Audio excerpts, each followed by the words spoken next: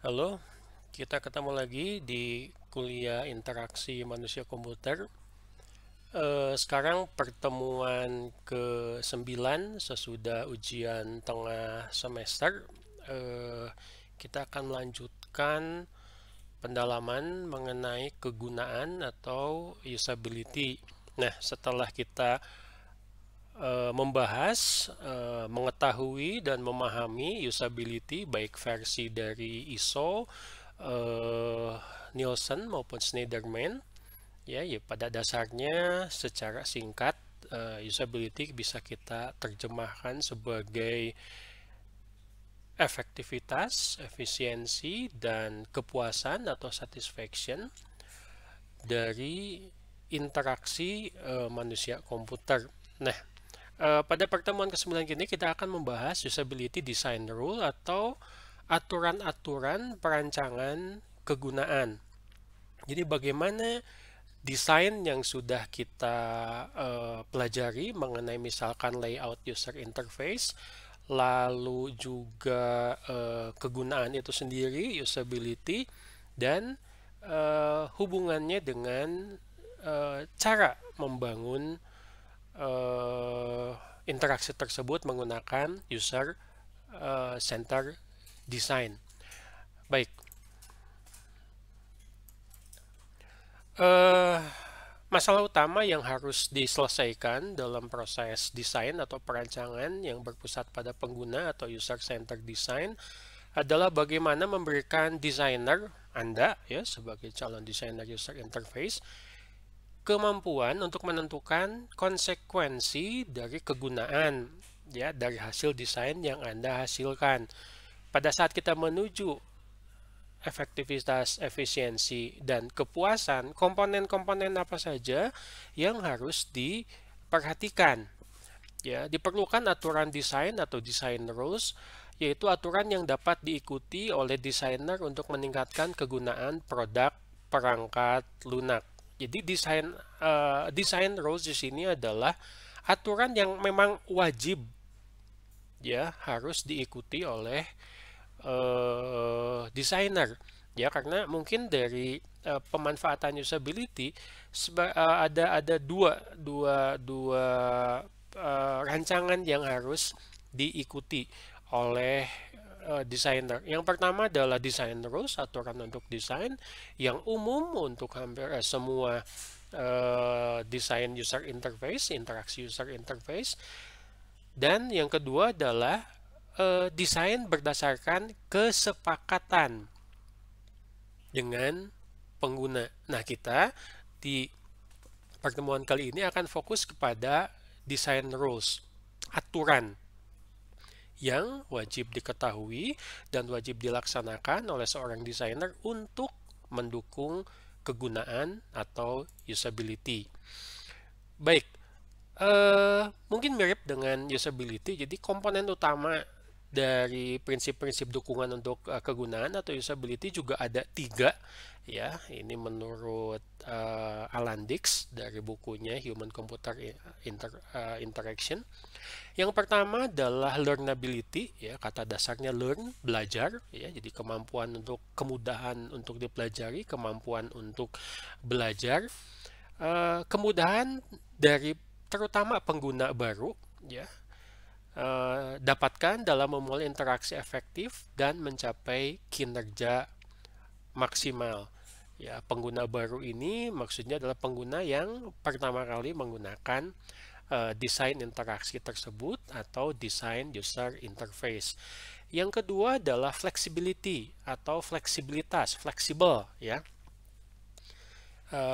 Apa ya, tidak kaku mungkin ya, yaitu banyaknya cara oleh pengguna dalam melakukan pertukaran informasi antara user dengan sistem aplikasi. Yang ketiga, yang terakhir, ini adalah robustness. Robust itu tahan mungkin ya, atau tangguh. Jadi bisa diterjemahkan juga sebagai sesuatu yang mantap atau kemantapan.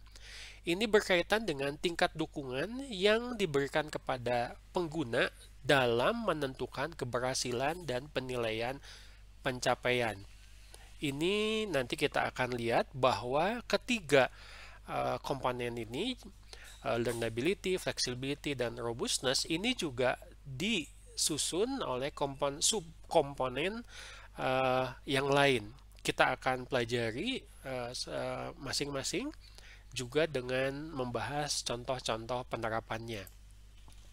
Baik, kita mulai dengan yang pertama, yaitu learnability atau kemudahan untuk dipelajari atau kemudahan untuk belajar, menyangkut fitur sistem interaktif yang memungkinkan pengguna pemula atau orang yang pertama kali menggunakan sistem aplikasi tersebut untuk memahami, ini kata dasarnya, memahami, ya. Jadi semakin mudah untuk memahami cara menggunakan atau cara berinteraksi, tingkat learnability-nya menjadi semakin baik.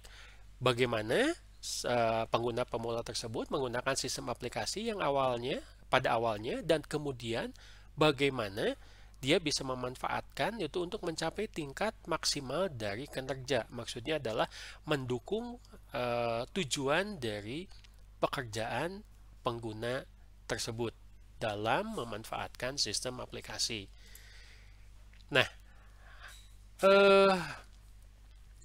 ada 5 ya komponen yang mendukung learnability. Yang pertama adalah predictability. Predicted, mudah ditebak. Jadi orang tidak harus selalu belajar dari user guide atau dari quick reference, ya, tetapi pengetahuan pengguna cukup untuk menentukan hasil interaksi selanjutnya. Karena ada beberapa kebiasaan yang mungkin tidak berubah dari satu sistem ke sistem yang berbeda, atau dari satu sistem versi lama ke versi baru. Contoh paling sederhana adalah pemanfaatan icon. Ya, kita misalkan menggunakan smartphone, Android versi berapapun itu masih menggunakan icon. Mungkin iconnya bentuk desainnya bisa berbeda, tapi tata cara interaksinya masih sama seperti yang sebelumnya, sehingga mudah ditebak. Ya, nanti akan mendukung kemudahan untuk belajar. Yang kedua adalah synthesizability, ya. Sintesis mungkin ya dalam bahasa Indonesianya, adalah kemampuan pengguna untuk menilai efek dari operasi sebelumnya untuk keadaan saat ini. Sintesa. Jadi pada saat versi sebelumnya, jika melakukan hal ini, dia akan mendapat hasil tertentu, maka pada saat dia pindah ke versi yang baru atau mungkin sistem aplikasi yang berbeda, dia akan berharap juga mensintesa, mengharapkan hasil yang sama. Di versi sebelumnya, jika menekan F1 itu adalah help, di versi selanjutnya menekan F1 masih juga help, sehingga mudah untuk belajar. Bahkan jika sistemnya juga berbeda, menekan tombol F1 itu masih tetap help. Ini juga akan mendukung ke yang ketiga, familiarity, akrab, ya. Tadi saya sudah menyebutkan icon, tadi saya sudah menyebutkan F1. Selain mudah diprediksi, selain mudah disintesa, ini juga sudah familiar. Ya, jadi pada saat Anda misalkan membeli smartphone terbaru dengan sistem Android terbaru atau mungkin sistem yang lain, Anda membutuhkan waktu belajar yang sangat singkat karena ternyata Anda masih cukup familiar. Ya, ada keakraban dari sistem interaktif mengukur hubungan antara pengetahuan pengguna, ya, yang sudah Anda dapatkan dari versi sebelumnya atau sistem aplikasi yang lain yang ada, dan pengetahuan yang diperlukan untuk interaksi yang lebih efektif. Lalu yang keempat yang mendukung aspek learnability itu adalah generalizability, ya, atau generalisasi, ya. Jadi pengguna akan mencoba perilaku interaksi khusus untuk situasi serupa, tapi sebelumnya belum pernah dihadapi. Ya, tetapi juga mengarah ke model prediktif mudah ditebak yang lebih lengkap dari sistem untuk pengguna. Ya, jadi kalau pengguna misalkan akan melakukan minta bantuan, ya, ada kesulitan, pengguna meskipun misalkan belum pernah menggunakan help, tapi dia akan mengeneralisir bahwa setiap sistem aplikasi pasti ada help-nya. Jadi no problem misalkan kalau dia sampai melakukan kesalahan atau dia ingin belajar sesuatu yang mungkin sebelumnya tidak diketahui, ya dia akan mengeneralisir bahwa setiap sistem aplikasi pasti punya help. Contoh yang lain misalkan ya tanpa harus belajar pun dia pasti berpendapat bahwa setiap sistem aplikasi yang jalan misalkan di laptop ya pasti bisa ngeprint ya, jadi ada hasil yang bisa dicetak di kertas. Yang terakhir, yang kelima dari learnability itu adalah konsistensi. Konsistensi berkaitan dengan kemiripan dalam perilaku yang timbul dari situasi yang sama atau tugas yang serupa. Jika akan melakukan sesuatu, ya ada misalkan dalam pemanfaatan yang paling mudah itu adalah menu. Umumnya misalkan ya ini sudah berkali-kali saya sebutkan juga di kelas bahwa rancangan dari arsitektur informasi menu sistem aplikasi pada umumnya itu adalah pengelompokan sesuai dengan fungsi. Contoh ya, pengelompokan berkaitan dengan pengelolaan file dari sistem aplikasi tersebut pasti itu yang utama ya, dikelompokkan dalam satu sub menu dan ditempatkan di sebelah kiri atas, dan itu konsisten dari versi sebelumnya ke versi selanjutnya atau dari beberapa sistem aplikasi yang mungkin dari pabrikan yang berbeda. Seperti itu sudah menjadi standar. Ya, kita misalkan melihat di aplikasi buatan Microsoft seperti itu, di aplikasi buatan Adobe misalkan masih seperti itu juga, bahkan saat kita pindah ke website ternyata juga tidak jauh berbeda. Ya, jadi ada konsisten akan mendukung kemudahan orang untuk belajar karena pada saat dia menggunakan sistem aplikasi, dia sudah membawa pengetahuan dari sistem aplikasi yang sebelumnya digunakan. Yang kedua adalah flexibility atau fleksibilitas mungkin ya dalam bahasa Indonesianya. Fleksibilitas mengacu pada banyaknya pilihan cara di mana pengguna akhir dapat melakukan pertukaran informasi dengan sistem. Ya, salah satu hal dari sisi psikologi yang mungkin perlu kita ingat adalah orang itu tidak suka diberi hanya satu pilihan. Tetapi kalau orang juga diberi pilihan yang terlalu banyak, itu bakalan bingung ya. Jadi fleksibel itu kita akan melihat beberapa pilihan saja. Baik. Yang pertama adalah yang mendukung fleksibilitas adalah dialog inisiatif. Ya, ada inisiatif dialog. Jenis dialog preemptif. Jadi preemptif itu belum kejadian, sistem aplikasi sudah bisa mengantisipasi, menyediakan dialog untuk mencegah sebuah situasi atau kejadian yang mungkin tidak diharapkan. Kita pada saat akan mendelete sebuah file akan wajib itu ada interaksi dulu dari sistem aplikasi yang menanyakan kepada pengguna, yakin file ini akan dihapus? Pilihannya yes and no. Jangan menunggu kesalahan baru dialog tersebut muncul. Ya, pada saat kita akan sedang main game misalkan, kita akan keluar dari game tersebut, ditanyakan, apakah yakin Anda akan keluar? Are you sure you want to exit? Yes, no. Ya, jika terjadi masalah pada saat ngeprint misalkan, ya, di printer atau misalkan kertasnya habis, diberitahu bahkan sebelum kita menekan tombol printer. Yang kedua, ini adalah multi-threading. Jadi multi-threading itu bagaimana ya menjelaskannya? Ada beberapa interaksi yang seakan-akan saling bertumpuk pada satu saat, tapi bahkan diatur untuk mendukung fleksibilitas. Jadi memungkinkan interaksi untuk mendukung lebih dari satu tugas pada satu waktu. Ini terbagi dua. Yang pertama adalah concurrent multithreading, mendukung informasi simultan yang berkaitan dengan tugas terpisah. Hal yang mungkin contoh paling mudah adalah menggunakan operating system Windows, di mana misalkan pada saat menggunakan Microsoft Windows itu beberapa aplikasi berjalan bersamaan, ya, multitasking. Nah, multitasking ini akan menyebabkan juga informasinya menjadi multithreading. Bagaimana jika si aplikasi A akan menyampaikan informasi kepada Anda?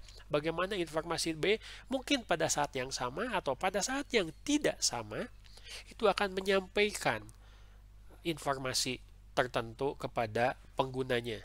Nah, jika tugasnya terpisah, ini disebut sebagai concurrent multithreading. Tetapi jika mendukung tugas yang terpisah tetapi menempatkan bahwa dialog dibatasi satu saat untuk satu tugas, ini sebutnya adalah interleave multithreading. Contoh paling sederhana adalah Anda menggunakan aplikasi A sedang contohnya tadi ya, ngeprint. Lalu Anda menggunakan aplikasi B. Aplikasi B akan melakukan hal yang sama. Apa? Ngeprint juga ke printer yang sama. Nah, fleksibilitasnya adalah tetap bisa menggunakan printer, tapi memberi informasi kepada pengguna misalkan untuk menunggu sampai sistem aplikasi sebelumnya menyelesaikan tugasnya, yaitu menggunakan printer. Oke, paham ya? Jadi itu perbedaan antara concurrent dengan interleave multithreading. Baik, flexibility juga mirip tadi dengan learnability ya, punya 5 komponen. Komponen ketiga adalah task migratability. Tugasnya bisa bermigrasi, transfer control untuk pelaksanaan tugas antara sistem dan user. Kadang-kadang kontrol dipegang oleh sistem aplikasi. Tapi mungkin satu saat kita bisa menggunakan kontrol untuk melakukan tugas. Contoh paling sederhana adalah tadi kembali ke ngeprint.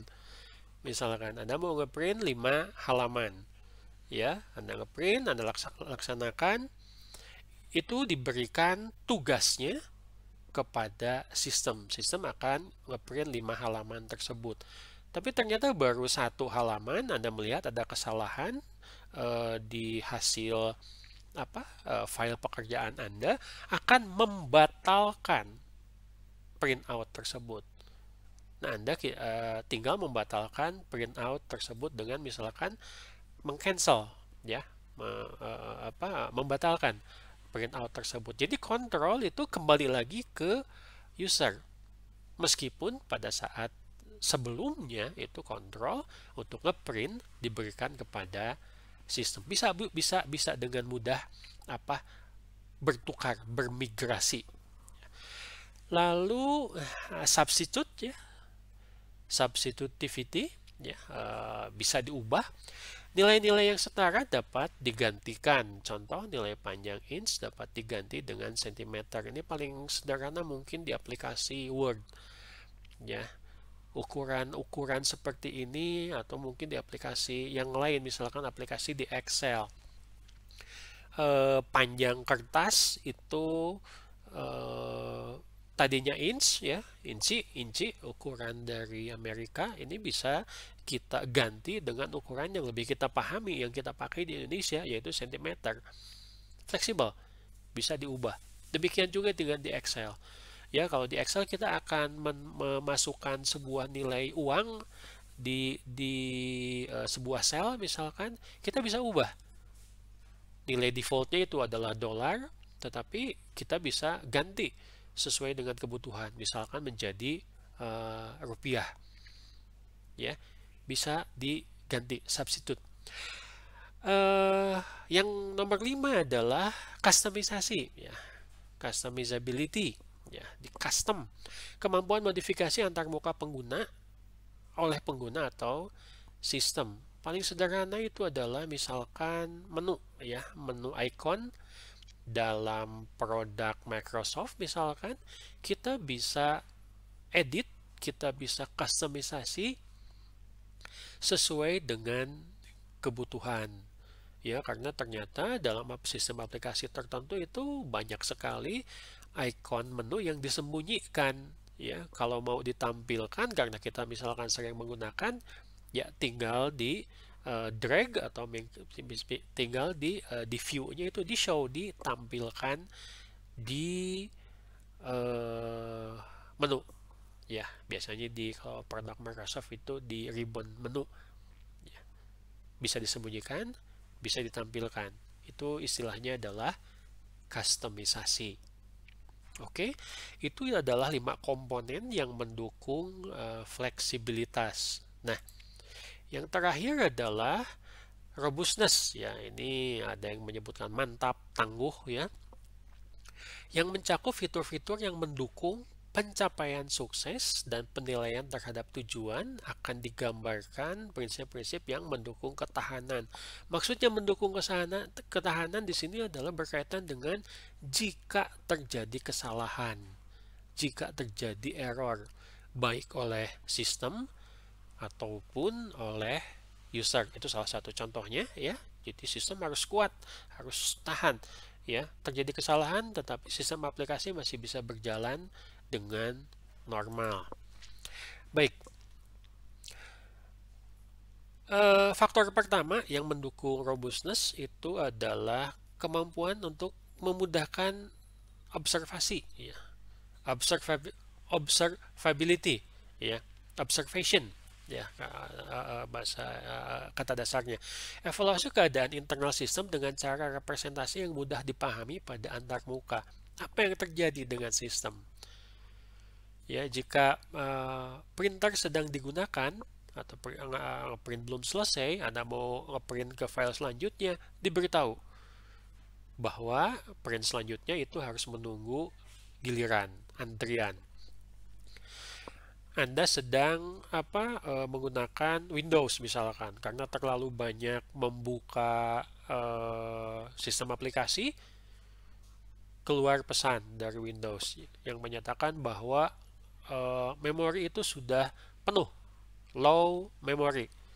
Diberitahu kepada pengguna bahwa untuk mencegah terjadinya ngehang misalkan atau kebuntuan ya, deadlock, itu harus menutup satu atau beberapa sistem aplikasi supaya memori ada yang bisa digunakan.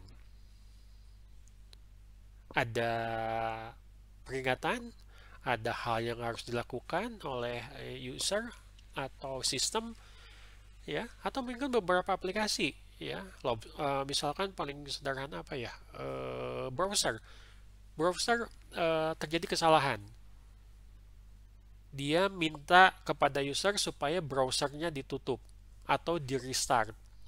Browser di restart, pada saat browser kembali masuk, pengguna tidak perlu membuka kembali atau mencari kembali halaman-halaman website yang sebelumnya dia buka. Langsung dibantu oleh browser tersebut. Yang kedua adalah recoverability. Recovery yang berkaitan dengan bagaimana sebuah sistem aplikasi bisa kembali normal dari sebuah kesalahan. Ini ada dua macam. Yang pertama adalah error recovery forward maju ya, melibatkan penerimaan kondisi saat ini dan menuju keadaan yang diinginkan. User melakukan sebuah kesalahan,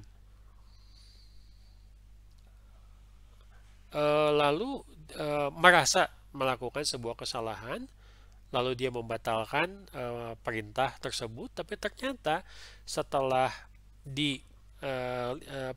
misalnya dipikirkan ulang oleh user, ternyata itu bukan kesalahan.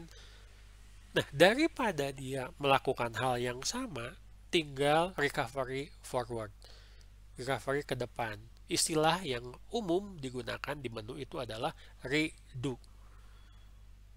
Jadi satu langkah dibatalkan, kembali ke langkah yang dibatalkan tersebut, ke langkah yang di depan, menggunakan perintah redo.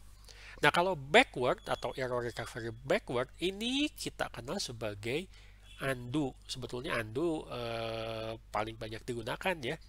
Kita melakukan kesalahan daripada menghapus, atau tinggal kembali ke langkah sebelumnya atau ke versi sebelumnya.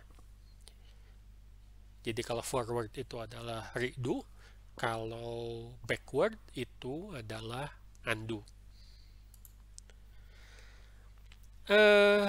Selanjutnya nomor 3, komponen untuk mendukung robustness itu adalah responsiveness, ya, responsif kalau dalam bahasa Indonesianya.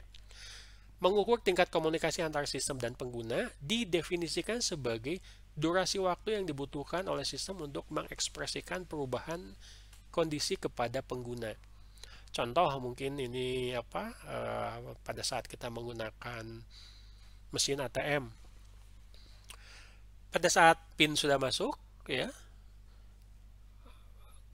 jika PIN itu benar, langsung masuk ke sistem, kita bisa nasabah atau pengguna itu bisa melakukan transaksi menggunakan ATM atau e-banking, ya. Tetapi kalau PIN salah, keluar pesan kesalahan supaya mengulang kembali memasukkan PIN. Nah, antara masuk dan keluar pesan kesalahan itu waktunya jangan terlalu lama.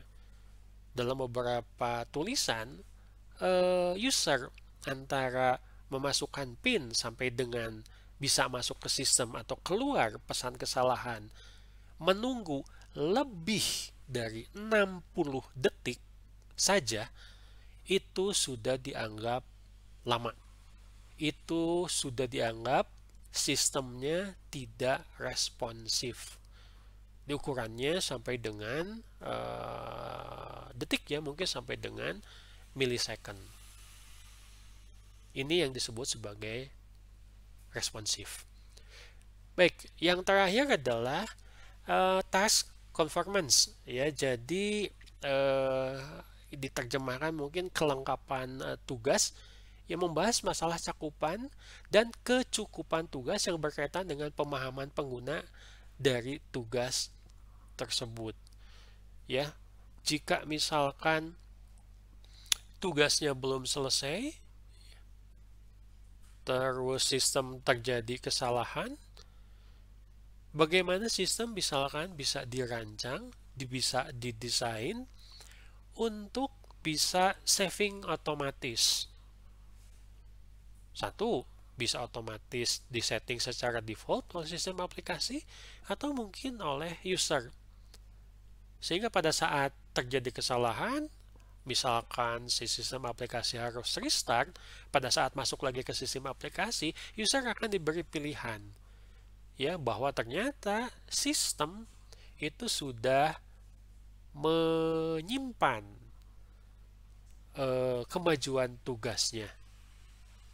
Ada beberapa mungkin yang disimpan. Nah, silahkan pengguna mau memilih yang mana. Jangan sampai nanti pengguna itu bahkan harus mulai dari awal lagi melakukan pekerjaan. Karena yang namanya terjadi kesalahan itu tidak selalu masalah dari sistem aplikasi, ya. Mungkin bisa masalah dari sistem operasi, bisa masalah dari komunikasi data, tapi bagaimana si sistem aplikasi ini bisa mengantisipasi.